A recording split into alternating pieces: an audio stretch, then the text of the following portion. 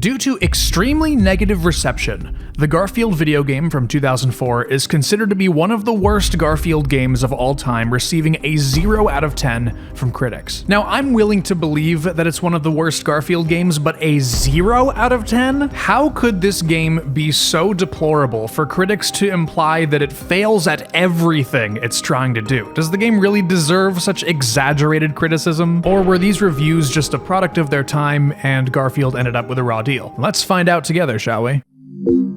It released as a PlayStation 2 game in Europe, and later as a multi-region PC version, and that's the one we're talking about today. The game is just called Garfield, but I'm going to be referring to it as Garfield 2004 from this point forward, just for clarity. So let's get the game going, and I'll introduce you to how everything works. The game opens with a cutscene in which John chews out Garfield for scratching his chair, eating his lasagna, and shredding his favorite suit. If Garfield destroys one more thing, he'll be put on a diet. So John leaves, and then immediately Odie wrecks the place, absolutely destroys everything. And now Garfield, with the threat of dieting, arms himself with a vacuum cleaner to clean up the house before John gets back. After the cutscene, the game just drops you in. It doesn't explain anything at all about how to play the game. You just have to figure it all out yourself. Like I've said before, I think no tutorial is better than a bad tutorial, but when I first picked up the game, I was lost. A tutorial would have been nice, but to their credit, I found it very fun trying to piece together how the game worked myself. But today, it's my job to be the Garfield tutorial, so here's how the game works. So there's a few different goals you're working towards. Your primary long-term goals are to clean up the house and collect all 4 ingredients required to make lasagna. The main collectibles are puzzle pieces, which are technically optional, but they're fun to collect. And they also reward you with being able to build a jigsaw puzzle at the end of the game. There are mini games, some of which are required as they give you lasagna ingredients that you need to complete the game, and others reward you with puzzle pieces, which, like I said, are optional. As for the short-term gameplay goals, you pick up items by sucking them up into your vacuum, which puts it in your inventory,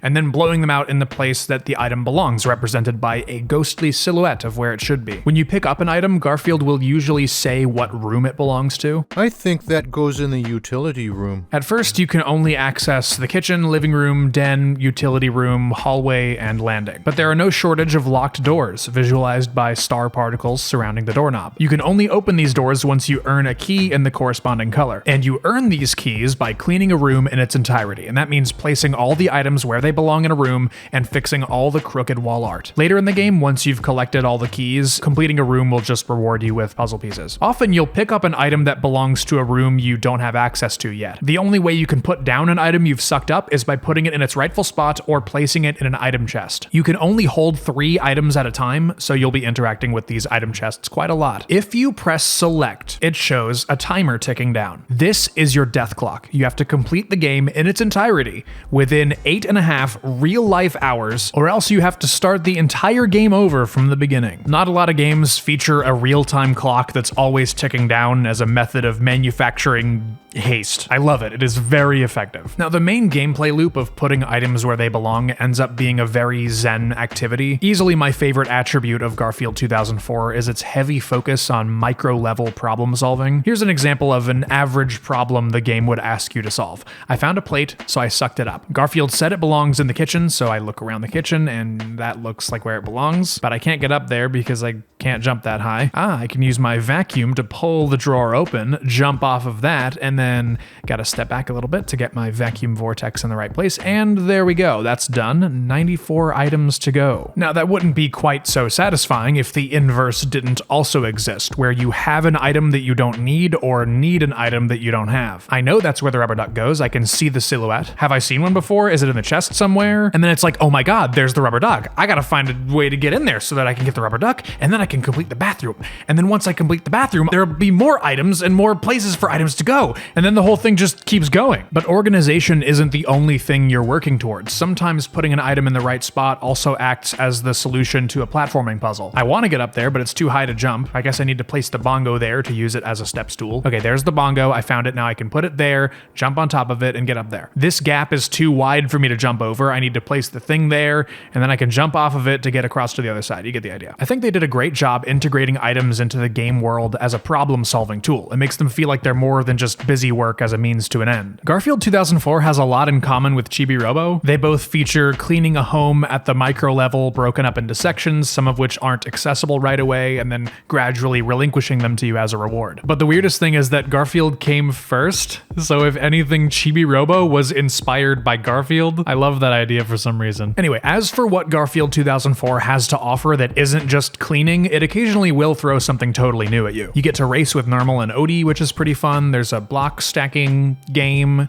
You gotta collect flowers for Arlene. There's a mini game where you have to put wind-up toys back on their shelves. There's a lot of variety and it's spaced out evenly throughout your playthrough. Garfield 2004 has all of the design attributes of a game people would like. It's got a satisfying core gameplay loop with some interesting challenges here and there and plenty of stuff to break up the monotony. Why does it have a 0 out of 10? Well, unfortunately, there are plenty of answers to that question. I think it's important for me to establish that I have really weird taste when it comes to video games. The best way I can phrase it is, I would rather have something unique than something good. I will choose experimentation over a proven formula every single time. And so I'm more willing to tolerate bad design than most people are in favor of getting to engage with some arbitrary characteristic that makes my brain sparkle. Maybe the concept is bizarre, or the controls are rough around the edges in a satisfying way. Or sometimes it's as simple as there's a cat in the game, and I want to see the cat that's in the game. I'm telling you all this to get across that it is very in character for me to fall head over heels in love with a terrible old Garfield game from 2004. I adore this game, but it is so flawed, and the issues add up fast enough that I imagine most players quit before they even got to see how many cool ideas it has to offer. Not a single music track in this entire game is even tolerable. They are all horrible. The graphics can look pretty bad sometimes, aiming your vacuum beam can be jank, there are plenty of bugs, game breaks, and otherwise. There are tons of grammatical errors.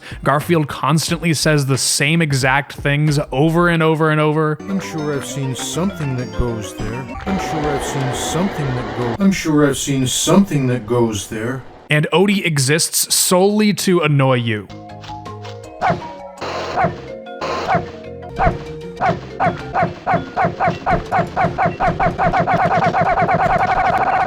These flaws are enough to get across that Garfield 2004 might not be the most quality of products, and maybe perhaps it's not worth pursuing further, and the predisposition that a lot of people have about licensed games, namely them being bad, I'm sure didn't help either. But Garfield 2004 stands out among all other licensed games in that it actually does have something of substance to offer the player. I can't make an entire YouTube video about Eminem's Beach Party. There would be nothing to say. But a video about Garfield 2004? I mean, you tell me. You're the one watching a video about it right now. Was this game intended to be a bare minimum licensed game and the developers accidentally stumbled upon something fun and interesting? Maybe. The game is very flawed, I'm not gonna deny that, but I feel like at the very least, a 4 out of 10 would be justifiable, but a 0, it just feels like it's in bad taste. I'm sorry. Garfield 2004 is a concept worth exploring, and they did so in a satisfying way. It doesn't feel forced or overly vapid, it doesn't demonstrate any cynical design theory like a lot of licensed games do, and that alone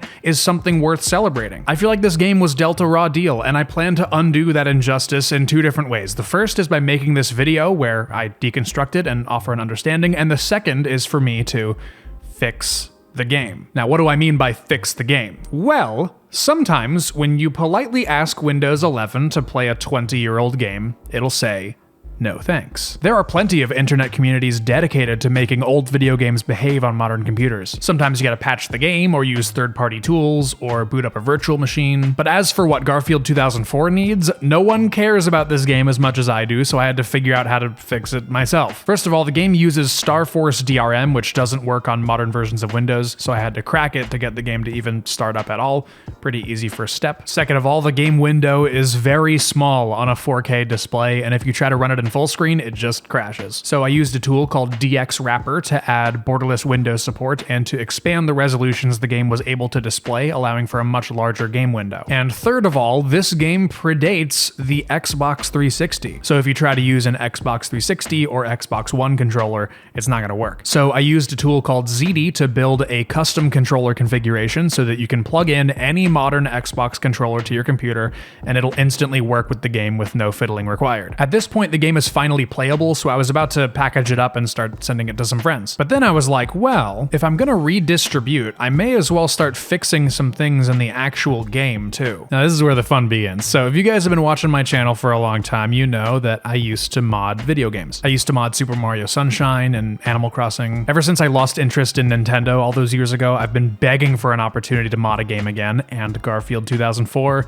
fit the bill. So I've spent the past few months working on a project called Garfield Plus, a general improvement mod for Garfield 2004 to celebrate the 20th anniversary of the game. It's finished. I made a website for it and everything. You can download it right now. But yeah, let's get into how I did it and what all I changed. Garfield 2004's assets like 3D models, maps, and textures are all stored in packed data files. Lots of games do this. This is nothing unusual. But this is a major obstacle because it's a proprietary format. And surely no one is going to be passionate enough about this game to have cracked the code on how to pop open the data files, let alone share their findings about how they did so. Oh. Well, would you look at that? Just a few months ago, this person managed to unpack the data files, wrote a little article about how they did it, and included a Python script as well. Absolute Chad. So now we have the assets, but that's only useful if we can edit them and reinsert them back into a pack file the game can read. I'm grateful that I have reverse engineer friends that I can get on my knees and beg to do the things that I want them to do. So I begged my friend the Rat Hatter to help me with this dream, and thankfully he thought my mission was fun and decided to indulge me. He wrote a command line tool called Pac-Man that can unpack and repack Garfield 2004 pack files and made the whole thing open source. So now the entirety of Garfield 2004's file system is at my disposal to modify. So as for the changes that I actually made, we can just reference the changelog in the README file and go from there. Enhanced DirectX support for Windows 10 and 11 users, borderless windowed mode, and high-resolution Windows support. These three were done using DXWrapper, which I talked about earlier. It's a piece of open source software made by Elisha Reidlinger. The retro PC gaming scene would not be the same without them. This software is amazing. And then we've got custom X input controller support optimized for plug and play with modern Xbox controllers. This was done using ZD, which is another piece of open source software made by Samuel Grossman. The game would not be playable without ZD because the stock joystick support was completely broken. On-screen UI guides have been changed to focus on Xbox controllers as opposed to keyboard. Yeah, so when you're using a joystick, Garfield will show you keyboard prompts anyway. That's very confusing,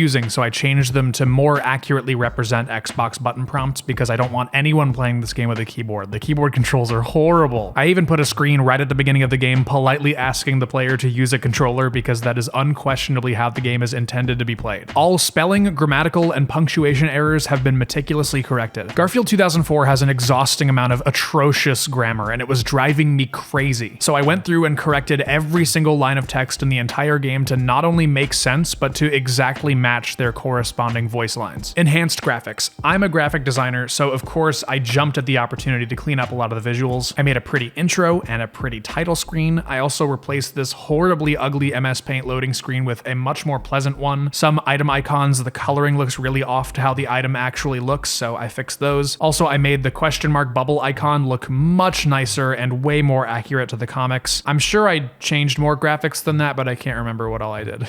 The horribly grating background music has been replaced to better match the game's Zen design theory. Garfield 2004 has some of the worst video game music I have ever heard. For a relaxing game where you clean a house, it's noisy and grating and exhausting, so I replaced the music with some more chill vibes. I used some obscure Nintendo music that I thought would fit reasonably well. Fixed a bug where the classic console block minigame has no music. Right, so in the original game, the game room erroneously plays the music from the block puzzle game, while the block puzzle game has no music at all. I know this is a bug because the PlayStation 2 version works as intended. In Garfield Plus, I fixed this bug, so it is not an issue. Replaced several unpleasant sound effects with ones that are nicer on the ears. So yeah, the annoying menu noises, I replaced them with bubble sounds from Garfield Go. It felt fitting. I also replaced the vacuum sounds with ones from Luigi's Mansion. Reduced Garfield's passive Bubsy-esque chatter. So every single time you walk past an item silhouette, Garfield will say some variation of, "I wonder what goes there." You will hear him say that probably 500 times in every playthrough. It is completely unhelpful information. It is not useful whatsoever, so he no longer says those lines of dialogue. I just removed them from the game. Initially, my plan was to de-Bubsy the game entirely by making Garfield only talk when he has something important to say, like when he's telling you where an item belongs. But part of your reward for putting an item in its place is hearing Garfield make a unique quip about it. That would be a lot of content for me to cut out. It would mess up the game's reward system, and it's funny enough that I feel like it's worth keeping. The total amount of puzzle pieces has been changed from the previously impossible to achieve 58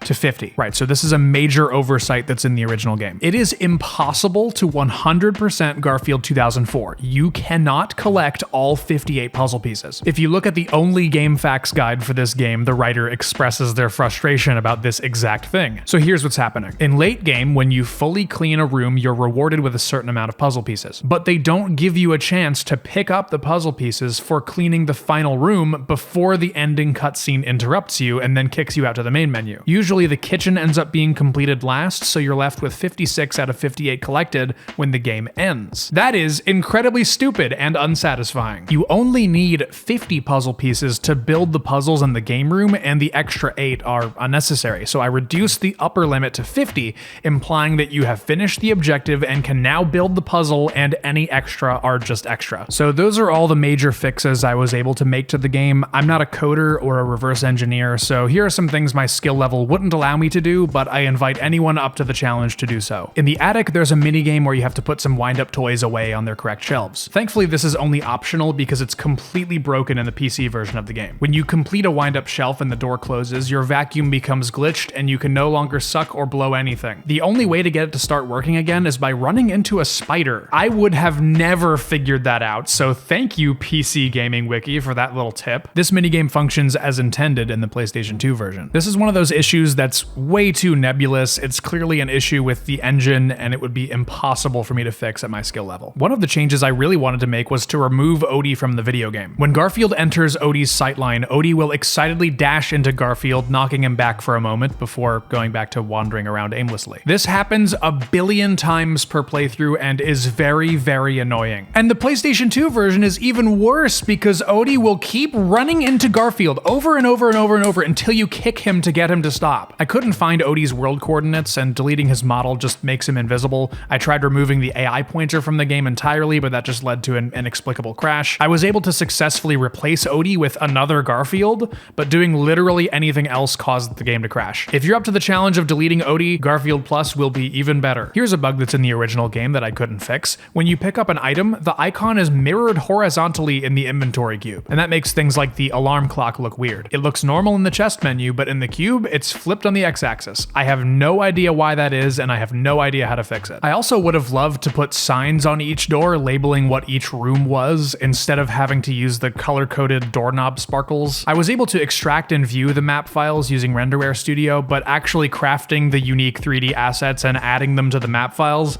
is a little out of my range. I also wish that all of the chests in the game would lead to the same item pool. I want them to be Minecraft Ender chests, basically. Another thing I would love to do, but I don't know how. I know that a lot of my ideas for Garfield Plus are pretty high concept, but I'm still very proud of what it is right now, and I think it's a major step in the right direction in regards to making the game more playable and more palatable. It is nice to see that a lot of people on the internet seem to retrospectively like Garfield 2004. This game isn't terrible. It's bad, yes, let me be crystal clear about that, but it's bad in ways that still make it enjoyable. This entire video has been built around other people's opinions. I thought it would be funny to phrase this video as me dramatically butting heads with critics that didn't like the game. But the one constant throughout all of this is that none of it affected me or my enjoyment. If there's anything you should take away from this video, it's to generate your own opinions. And I don't mean absorbing internet people's opinions through osmosis. I mean actually sitting down and playing a game uninfluenced and feeling your own way about it. There are way too many video games that I have to silently obsess over because it doesn't align with the opinions of the internet gamer cult. But I, for one, am willing to put my foot down and say, I love Garfield 2004. I love it so much.